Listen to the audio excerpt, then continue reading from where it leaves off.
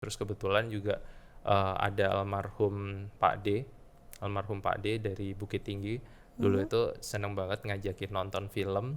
Nggak tahu kenapa itu setiap kali nonton film itu berasa kayak melihat bukan hanya film yang sekedar ngomongin ceritanya gitu.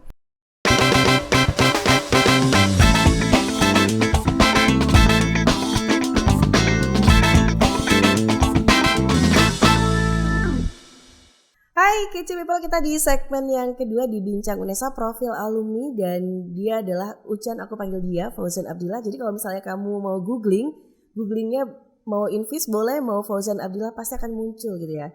Nah tadi di segmen yang pertama, tadi kan kesebut nih sebelum ngobrolin seputar kamu di Busan ngapain, kok bisa dapet sih, kok bisa jadi Indonesian representative, itu apa yang kamu lakukan. Nah tadi kesebut tuh, aku tertarik.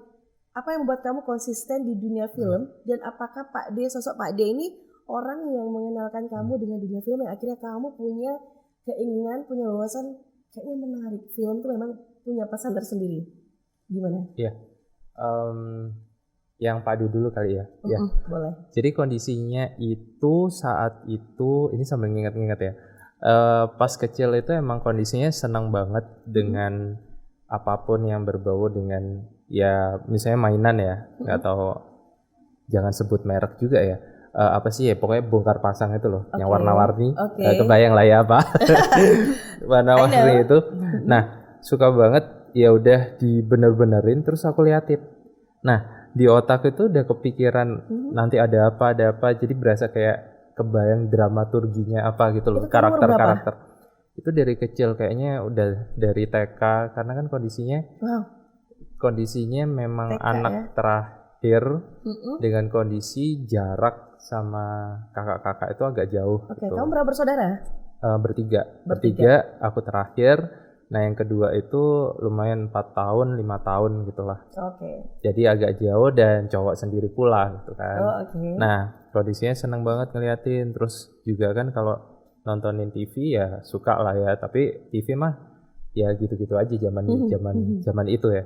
Terus ada Pak D ini padahal rumahnya itu di tengah gitu, di Surabaya Pusat. Nah dari kecil itu seneng banget ngajakin nonton.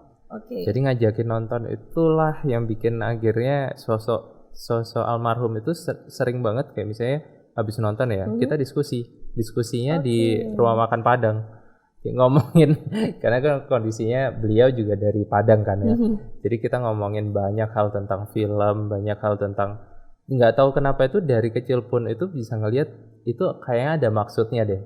Dia pakai baju, ini simpelnya ya, karakter bajunya itu selalu gelap, nggak tahu hitam, nggak tahu merah marun atau apapun. Nah menjelang akhir berubah warnanya.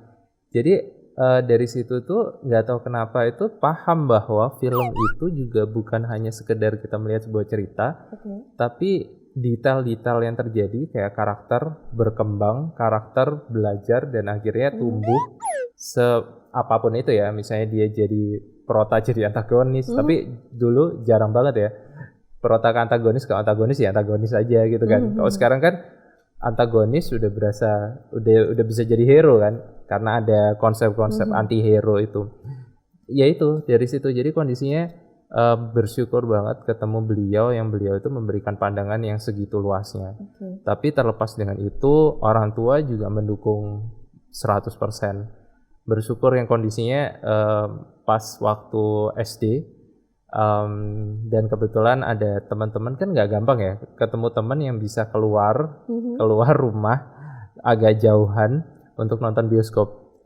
Itu jarang banget. Nah itu berangkat sendiri naik bemo nonton, dan orang tua itu nggak masalah dengan itu.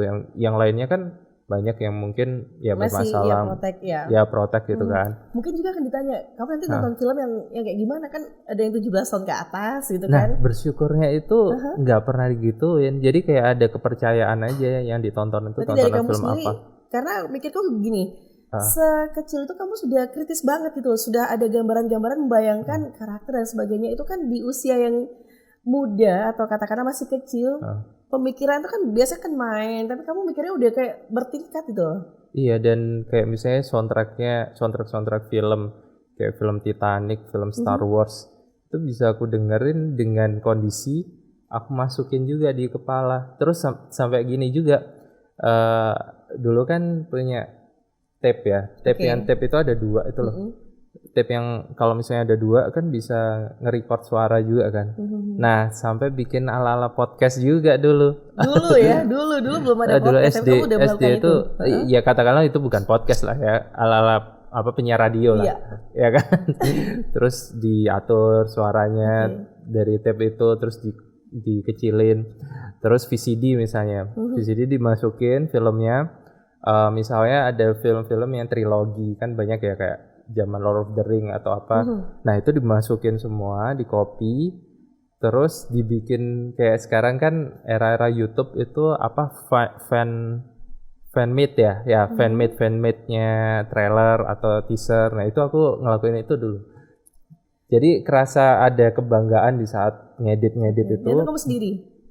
Dan itu kondisi ngeditnya masih di Pentium 2. Itu pun punya kakak sepupu yang tinggal di rumah karena dari luar kota, kuliah dulu di UNER, jadi mainin itu dan itu pakai Movie Maker, zaman masih Movie Maker gitu. Ya udah tinggal apa nggak ada kerjaan bikin editing seperti itu. Terus akhirnya yang tadi Busan itu kondisinya itu last minute banget aku ngirimnya. Itu tahun berapa? Tahun 2016 ngirimnya untuk berangkat di tahun 2017.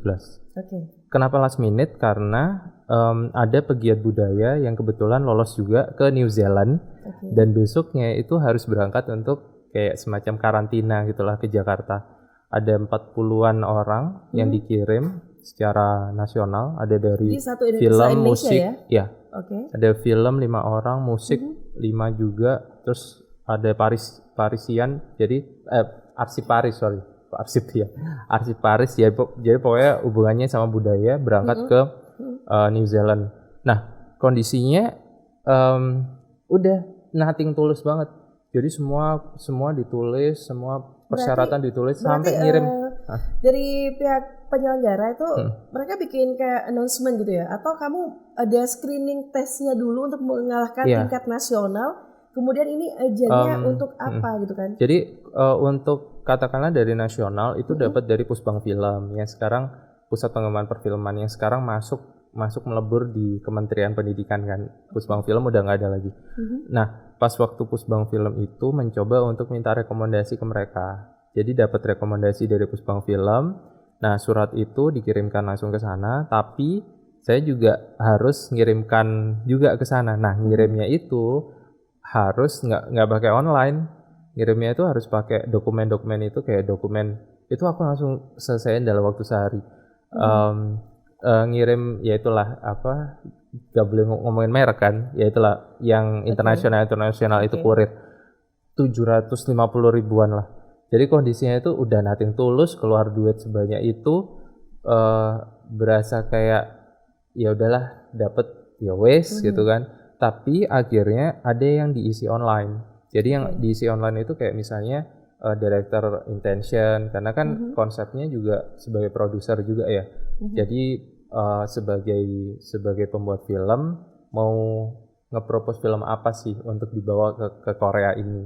Nah, itu aku ketik sampai malam-malam. Jadi pas karantina selesai, malamnya itu aku ketik-ketik, selesaiin sampai akhirnya aku kirim, ya udah nggak mikirin lagi, soalnya langsung terfokus sama yang program di New Zealand. Akhirnya lolos dan kamu berangkat Alhamdulillah. ke Busan. Iya. Itu berapa lama? Itu hampir setahun. Karena ngapain? Jadi belajarnya itu yaitu ketemu sama produser, ketemu sama banyak orang dari sutradara, dari penulis, ngomongin tentang teknologinya yang ada di Korea, sampai yang dari Prancis itu didatangkan langsung ke Busan. Jadi gila-gilaan sih. Terus kita juga sampai tour ke DMZ, tempat syutingnya Descendant of the Sun. Mereka kan punya, ya keren banget lah, mereka punya perbatasan antara Korea Utara sama Korea Selatan itu. Seperti itu. Jadi kondisinya saat ada di sana udah berasa kayak, wah ternyata aku kecil banget ya.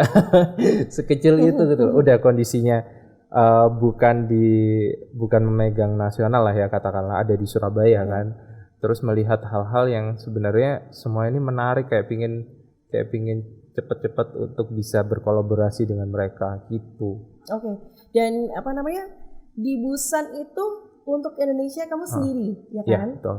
Jadi ada 20 terus orang, 20 negara. Terus gimana dong? Kan perbedaan budaya, kemudian kamu kan living as minority kan di sana kan? Iya, betul. Minority, terus kamu hidupnya gimana? Nanti ya di segmen yang ketiga. Oke, Kece People jangan kemana-mana. Waduh, ini Ucan ngomongnya lama banget ya. Ternyata memang banyak banget pengalamannya. Sementara pertanyaan yang ada di otak saya tuh banyak banget. Nah itu apa tuh yang bunyi? Oke, setelah yang satu ini ya di segmen yang ketiga. Jangan kemana-mana Kece People, tetap di Kece Media by Unesa.